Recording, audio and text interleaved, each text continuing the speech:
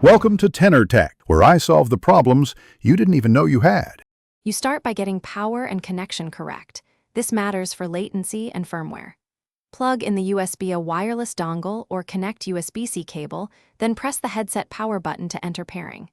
Make sure the headset shows a steady LED. Once done, open Logitech G so the software recognizes the device.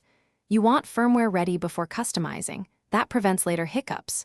If you choose 5mm, plug it into your PC or controller and skip the dongle pairing step.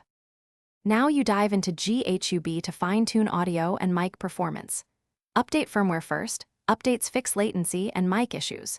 Then choose a starting EQ, flat to test, boost lows or highs as needed, because knowing why you change frequencies helps identify problems.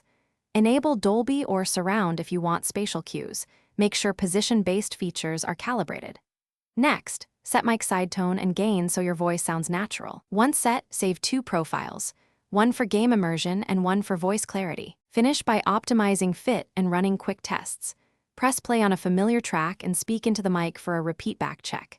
You should feel a snug seal. If not, rotate the ear cups and tweak headband tension to reduce bass bleed and improve isolation. Try the headset on a console and phone to ensure consistent behavior. If audio drops, mic stutters, or profiles fail, reset the headset by holding power plus mute for 10 seconds, then repair and reinstall GHUB as a reliable fix. Thanks for watching. Subscribe to keep your life in tune.